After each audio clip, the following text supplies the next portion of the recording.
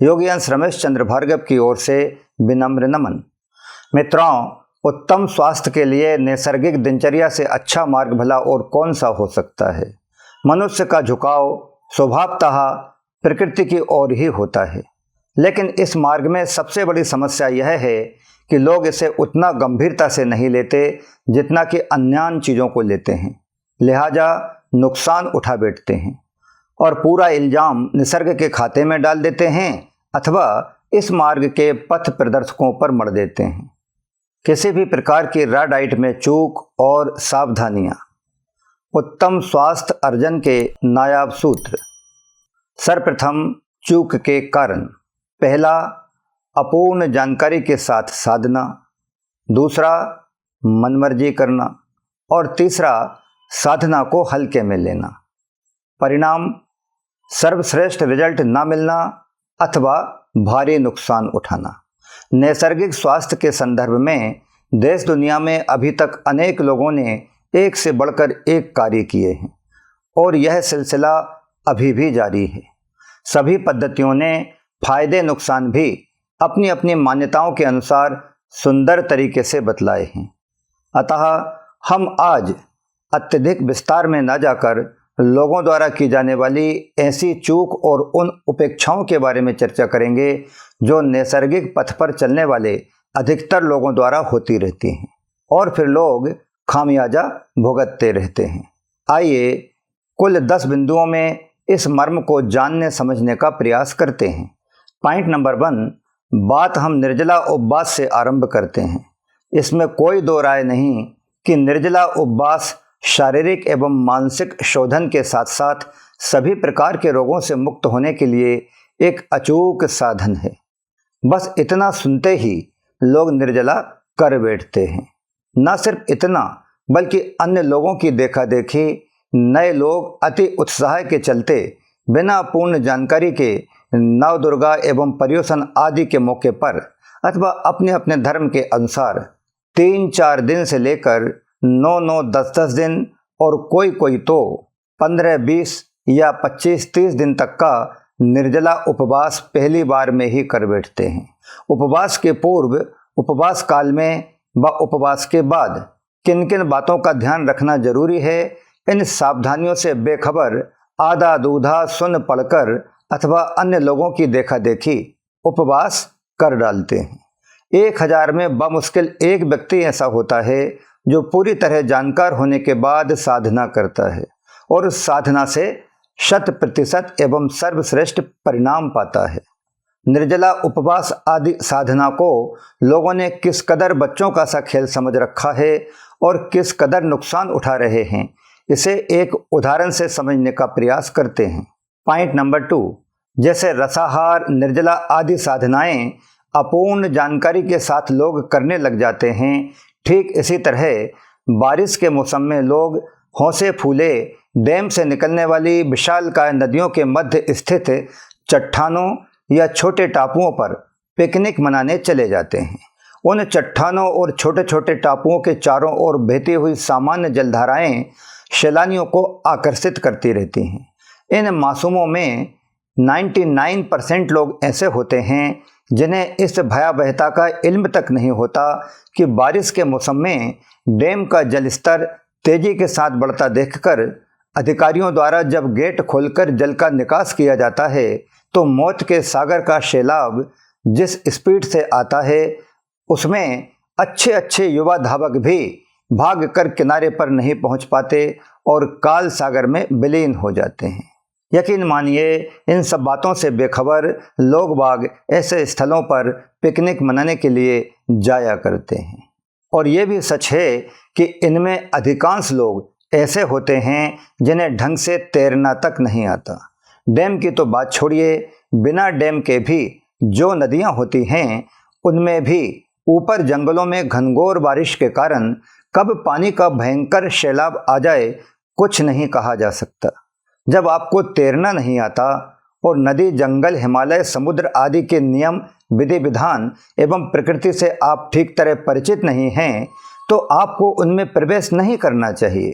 Point number 3, इसी प्रकार निर्जला उपवास, एनिमा, रसाहार अपकबाहार के परिप्रेक्ष्य में शरीर कैसे रिस्पॉन्ड करता है व इनके आफ्टर इफेक्ट्स क्या होते हैं, इन बातों से बेखबर जब आप साधना करते हैं तो मेरे हिसाब से यह उचित नहीं है। आप कहेंगे कि अरे आप तो व्यर्थ ही डरा रहे हैं, ऐसे डरकर तो फिर लोग पिकनिक मनाने या मूर्तियां सिराने ही नहीं जाएंगे, नदी, समुद्र, पहाड़ों, घने जंगलों आदि स्थानों पर ही ना जाएंगे, लोग निर्जला, रसाहार, अपकबाहार ही ना करेंगे।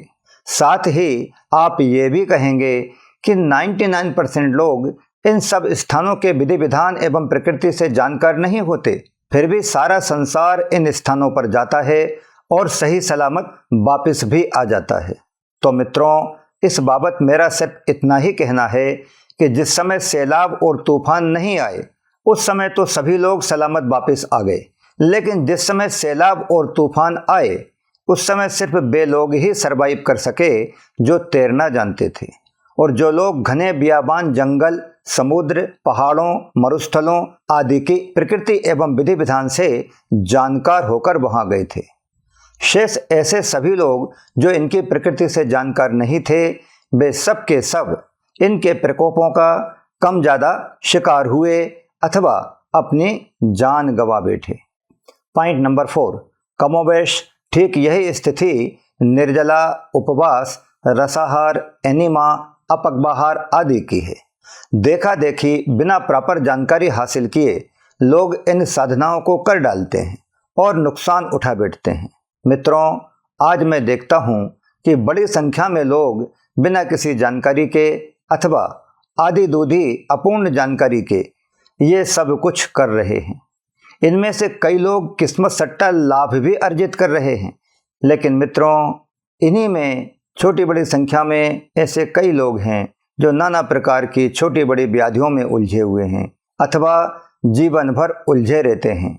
मित्रों, अधिकांश लोग बच्चों का सा खेल समझकर इन साधनाओं में प्रवेश तो कर जाते हैं, मगर पूरी तरह जानकार न होने की वजह से, चक्रव्यूह न भेद पाने के कारण इनमें से कई लोग ऐसे भी होते हैं जो अभिमन्यु की तरह अपने प्राण तक गंवा बैठते हैं। तो मित्रों, मैं आपको डरा नहीं रहा हूँ, ना मैं इन सब स्थानों पर जाने के लिए अथवा निर्जला, उपवास आदि साधनाओं को करने के लिए मना ही कर रहा हूँ। मैं तो सिर्फ इतना कह रहा हूँ कि जिस क्षेत्र में भी प्रवेश करो, प्रवेश करने के पहले थोड़ा समय खर्च करके सर्वप्रथम उस क्षेत्र के बारे में भली भांति जानकार हो और फिर प्रवेश करो, ताकि ना तो उनमें जीवन भर उलझे ही रहो और ना ही उसमें किसी प्रकार से क्षतिग्रस्त होने की संभावना ही शेष रहे।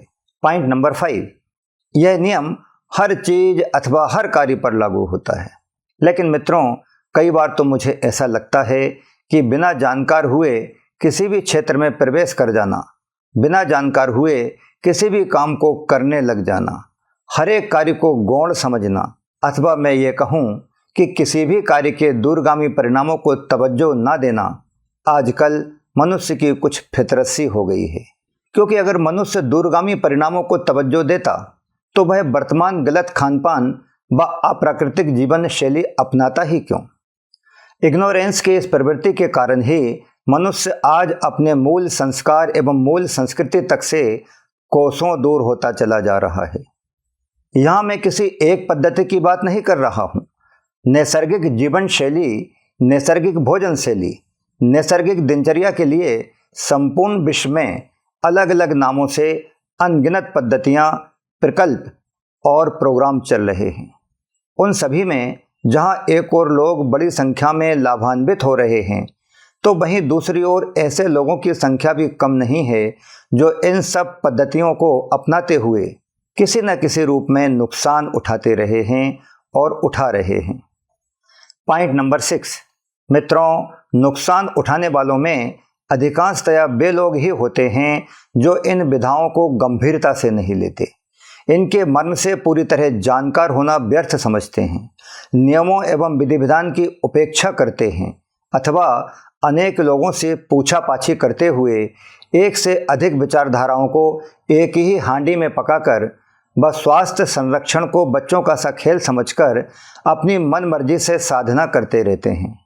यही सब वे कारण हैं जिनकी वजह से लोग छोटी बड़ी परेशानियों से जूझते रहने से लेकर कई बार अपनी जान तक से हाथ धो बैठते हैं और पूरा जिम्मा उन पद्धतियों पर व उनके परामर्शदाताओं के ऊपर आता रहता है। इसलिए मित्रों, मेरा आप लोगों से विनम्र निवेदन है कि स्वस्थ जीवन जीने के लिए सर्वप्रथम आप मार्ग का चयन करें। ये काम आपको ही करना पड़ेगा। मार्ग का चयन करने के लिए आप उस मार्ग के प्रति लोगों की प्रतिक्रियाएं देखें, सलाह मशविरा लें और फिर स्वविवेक से चयन करें। जिस प्रकार भी करें, एक बात स्पष्ट रूप से समझ लें कि चयन आपको ही करना है। अपने स्वास्थ्य के लिए और अपने जीवन के लिए स्वयं को ही जिम्मेदार होना होगा।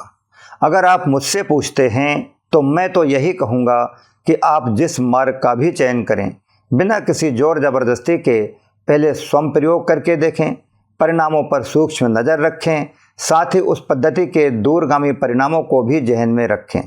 पॉइंट नंबर 7, अगर आपको यह लगता है कि किसी भी मार्ग पर चलने के पूर्व अथवा कोई कार्य आरंभ करने के पहले उसके बारे में भली भांति जानकार होना व्यर्थ है, वेस्टेज ऑफ टाइम है, तो निश्चित रूप से आप बहुत बड़ी गलती कर रहे हैं। मित्रों, पहला कार्य मार्ग का चयन है। इसके लिए संपूर्ण विश्व में प्रचलित तमाम मार्गों में से ऐसे 5 मार्गों का चयन करें जिन मार्गों के बारे में बड़ी तादाद में बहुत अच्छी प्रतिक्रियाएं दी गई हों। अब इन पद्धतियों को स्वयं पर प्रयोग करके देखें। इनमें से जो भी आपके शरीर को सर्वश्रेष्ठ परिणामदायक महसूस हो उसका चयन कर लें। नेक्स्ट स्टेप के रूप में चयनित मार्ग अथवा पद्धति के मूलभूत सिद्धांतों से भली भांति जानकार हों व उस मार्ग के अन्य अनुसरणकर्ताओं के अनुभवों से भी जानकार हों। साथ ही साथ चयनित विधा को अपनाना भी आरंभ कर दें।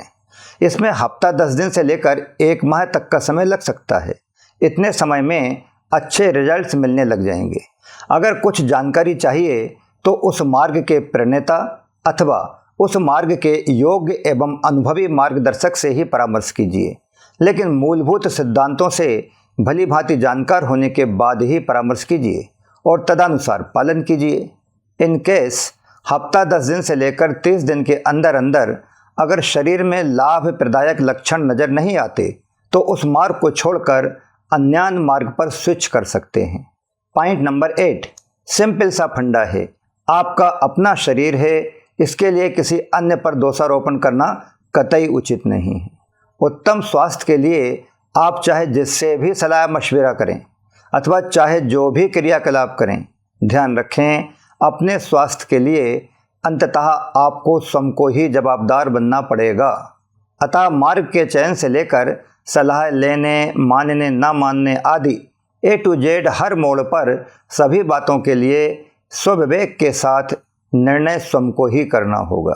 अगर आप हमसे पूछना चाहते हैं तब हमारे 62 वर्षीय जीवन का निचोड़ तो यही है कि भगवान शिव द्वारा मानव मात्र के लिए सुझाई गई तप सेवा सुमिरन नामक त्रिसूत्री साधना ही एकमात्र अल्टीमेट मार्ग है, जिसका उल्लेख रामायण, गीता जी, होली बाइबिल, गुरु ग्रंथ साहिब, कुरान शरीफ आदि हर धर्म के धार्मिक ग्रंथों में नजर आता है।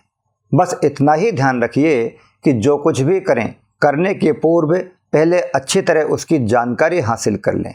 तत्पश्चात हर एक क्रिया, चाहे फिर वह भोजन हो अथवा किसी भी प्रकार की साधना हो, शरीर की शक्ति को ध्यान में रखते हुए ही की जाए। साधना में अन्य किसी से प्रेरणा तो ले सकते हैं, लेकिन किसी से तुलना, स्पर्धा अथवा किसी भी प्रकार की जोर जबरदस्ती हरगिज नहीं होनी चाहिए। पॉइंट नंबर 9, मित्रों, पूर्व में बताए गए 8 बिंदुओं द्वारा अगर कुछ ढंग से समझ में नहीं आया हो तो हम एकदम सरल भाषा में आपको समझा देते हैं। जैसे एनीमा, दूध, भोजन, अपक्वाहार, रसाहार, निर्जला, रोग विशेष आदि अन्य किसी विषय पर भी अगर आपके मन मस्तिष्क में शंका कुशंकाएं हैं और आप हमसे उक्त संदर्भ में कुछ पूछना चाहते हैं तो पहले उस संदर्भ में हमारे द्वारा अपलोडेड प्रेषित संबंधित लिंक्स को प्राप्त कीजिए। इसके बाद उन लिंक्स का भली भांति पुनरावलोकन कीजिए। तत्पश्चात अगर कोई शंका शेष बचती है तब हमसे संपर्क कीजिए। यह बात हर एक विषय पर उठने वाले प्रश्नों के लिए लागू होती है। स्पष्ट है कि अगर आप रैंडमली किसी भी विषय पर बातचीत करना चाहते हैं तो पहले आप हमारे द्वारा बनाई गई सभी प्लेलिस्ट का भली भांति अवलोकन कीजिए। ऑलमोस्ट सभी प्रश्नों के उत्तर उनमें मिल जाएंगे। इसके बाद भी अगर कोई प्रश्न उठता है तो आप हमारे साथ वार्तालाप कर सकते हैं। मित्रों, सबको अपने हिसाब से जीवन जीने का अधिकार एवं शौक होता है। शौक से जिएं, लेकिन हम पुनः दोहराते हैं कि जो लोग आधी दूधी अपूर्ण जानकारी के साथ साधना करते हैं उन्हें आधा दूधा ही लाभ मिलता है और वे बड़े खुश होते रहते हैं, क्योंकि बिल्कुल लाभ न मिलने से अगर थोड़ा लाभ मिल जाए तो खुशी तो होगी ही। Last one, point number 10। मित्रों, जिसके उल्टे घड़े में एक बूंद पानी भी ना पहुंच रहा हो, अगर वह उस घड़े को उल्टे से आड़ा कर ले और 10-15 लीटर की क्षमता वाले उस घड़े में अगर 1 लोटा पानी मिल जाए तो कल्पना कीजिए वह व्यक्ति कितना खुश होगा। तो अधिकांश लोग आधा दूधा देख देख कर आधे दूधे लाभ में ही इसी प्रकार खुश होते रहते हैं और स्वयं को बड़ा समझदार भी समझते हैं। उन्हें क्या पता, जो लोग अपने घड़ों को पूरा सीधा रखते हैं उनके घड़े न सिर्फ पूरे भर जाते हैं बल्कि छलकने लग जाते हैं। ऐसे घड़े अपनी सतत धारा प्रवाह से औरों की प्यास बुझाते रहते हैं। ऐसे लोग न सिर्फ स्वयं स्वस्थ और सुखमय जीवन जीते हैं बल्कि अपने संपर्क में आने वाले अन्य लोगों को भी उत्तम स्वास्थ्य का अमृत पान कराते रहते हैं। मित्रों, इस सुख की अनुभूति अन्य लोग भला कैसे कर सकते हैं। यहाँ घड़ा सीधा रखने से आशय है कि आप जो भी कार्य अथवा साधना कर रहे हैं पहले उससे अच्छी तरह जानकार हो जाना, सराबोर हो जाना और उसका स्वयं पर स्वानुभव स्वप्रयोग कर लेना। मित्रों, जो लोग साधना में कम ज़्यादा जितना भी नुकसान उठाते हैं उनमें से अधिकांश लोग ऐसे होते हैं जो अपूर्ण जानकारी के साथ साधना आरंभ कर देते हैं। अतः मेरा आप सभी से बार बार विनम्र निवेदन है कि कोई भी साधना अथवा कार्य आरंभ करने के पहले जल्द से जल्द उससे भली भांति जानकार हों। इसके बाद ही उस कार्य अथवा साधना को आरंभ करें और साधना अथवा खान पान आदि में किसी भी प्रकार की ज्यादती न करें। जो भी करें अपनी क्षमता के अनुसार ही करें। एक महत्वपूर्ण बात और वो यह है कि अन्य लोगों से आप प्रेरणा ले सकते हैं, लेकिन किसी से तुलना एवं स्पर्धा कतई ना करें। उनका शरीर उनका है और आपका शरीर आपका है। अपना शरीर जिस प्रकार रिस्पॉन्ड करता है उस पर पैनी नज़र रखते हुए कदम दर कदम आगे बढ़ते जाएं। यह अत्यंत महत्वपूर्ण बात है, इसे इग्नोर ना करें बल्कि इसे वरीयता क्रम में संज्ञान में लें। इस वीडियो का यही सार है। मित्रों, सुदूर ग्रामीण अंचल में पले बड़े होने के कारण हमारा लहजा थोड़ा गाँवड़ा सा होता है, गमारीपन का होता है, इसलिए हम आप सभी से क्षमा प्रार्थी हैं। आशा है यह वीडियो आपको मददगार सिद्ध होगा। बहुत बहुत धन्यवाद। प्रणाम।